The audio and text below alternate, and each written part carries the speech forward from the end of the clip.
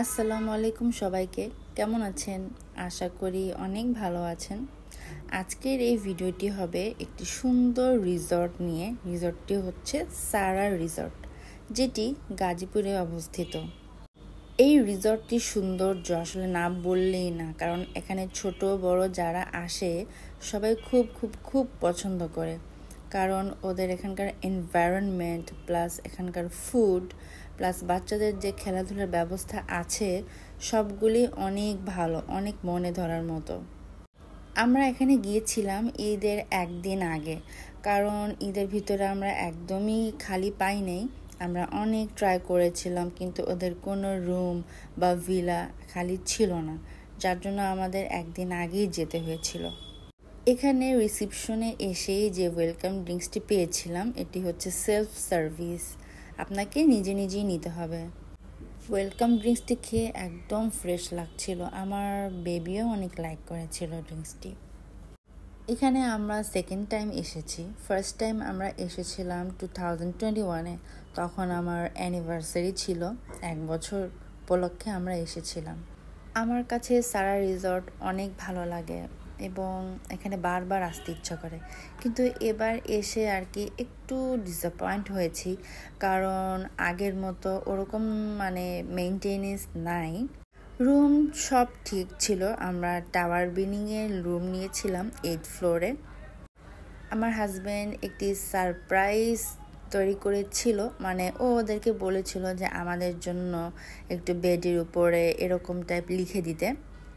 So এই ব্যাপারে আমি জানতাম না, আমি হঠাৎ করে এসে একদম সারপ্রাইজড হয়ে গিয়েছিলাম দেখে।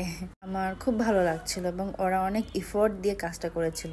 আচ্ছা, আমি যে বিষয়ে বলতে চাচ্ছিলাম যে ওদের মেনটেনেন্স একটু কমে গিয়েছে।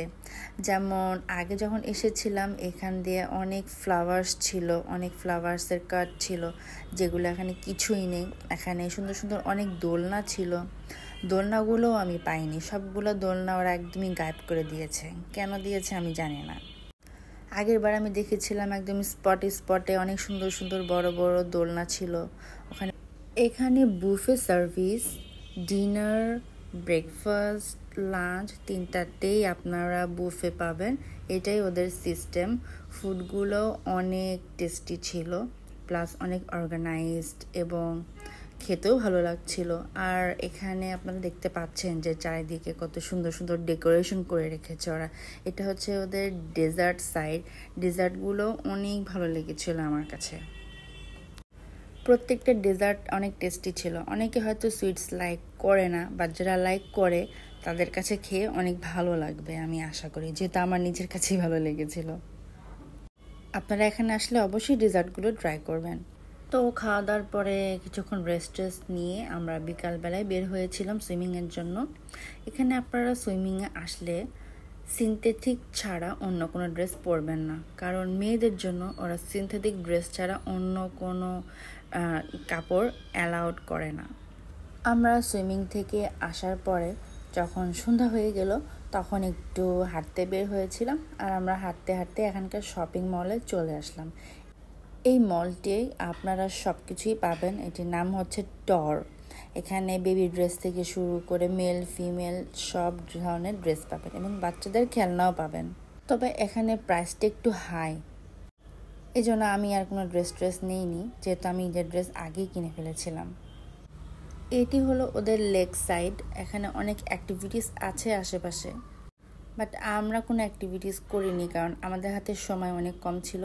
আমরা অনলি একদিনের জন্য গিয়েছিলাম, জাস্ট একটু ওয়াকে বের হয়েছি আর বাবুকে নিয়ে আশেপাশে হাঁটছিলাম, ওকে একটু এনভায়রনমেন্টটা এনজয় করাচ্ছিলাম, দ্যাটস ইট। বাচ্চাদের জন্য এখানে ইনডোর প্লেগ্রাউন্ড আছে বিশাল বড়, কিন্তু ফার্স্ট টাইম যখন আমি এসেছিলাম তখন তো আমার বেবি ছিল না। আমি জাস্ট দেখেছিলাম যে অনেক সুন্দর এবং সাজানো গোছানো পরিষ্কার পরিচ্ছন্ন, বাট এবার এসে তো খেলনাগুলো দেখি অনেক ময়লা পড়ে গেছে, ওরা একদমই ক্লিন করে না। আমি তো আমার মেয়েকে বসাতেই চাচ্ছিলাম না কোথাও, কারণ প্রচণ্ড ধুলাবালি পড়া ছিল। ঘুরতে আসলে কি ড্রোন শট না নিলে চলে? আমি তো যেখানে যাই সেখানেই ড্রোন শট নিয়ে আসি, কারণ আমার কাছে এই শটগুলো দেখতে খুব ভালো লাগে এবং এগুলোর সাথে যখন মিউজিক অ্যাড করে দিই আরও অসাধারণ লাগে আমার কাছে। যাদের কাছে ড্রোন আছে, যারা ব্যবহার করেন, তারা অবশ্যই নিয়ে আসবেন। এখানকার ভিউ কিন্তু অনেক বিউটিফুল। এই দেখতেই পাচ্ছেন ভিডিওতে কত সুন্দর, চারিদিকটা একদম গ্রিনারি লাগছে। সো আপনারা চাইলে এখানে ড্রোন নিয়ে আসতে পারেন, সুন্দর সুন্দর ড্রোন শটও নিতে পারবেন। আমার ড্রোন শটগুলো অনেক লেন্দি, সো আমি জাস্ট ছোট ছোট দুটো ক্লিপ অ্যাড করে দিয়েছি। আপনারা এনজয় করতে থাকুন আমার ক্লিপগুলো। ওয়াশরুমের ক্লিপটা আমি লাস্টেই অ্যাড করে দিলাম। ওয়াশরুমটা একদম পরিষ্কার পরিচ্ছন্ন ছিল, আমার কাছে ভালো লেগেছে। ছোটোখাটোর ভিতরে ভালোই ছিল। তো পরের দিনে চলে আসলাম। এখন হচ্ছে আমাদের বিদায়ের পালা। বিদায় বেলা আসলেই অনেক কষ্টের। আমি তো কোথাও গেলে আমার আসতে ইচ্ছা করে না, কিন্তু আসতে তো হবেই। আজকের ব্লগটি যদি আপনাদের ভালো লেগে থাকে তবে অবশ্যই লাইক, কমেন্টস এবং সাবস্ক্রাইব করে দিবেন। আপনাদের উৎসাহ পেলেই আমার ভিডিও তৈরি করতে অনেক ভালো লাগে। আল্লাহ হাফেজ সবাইকে।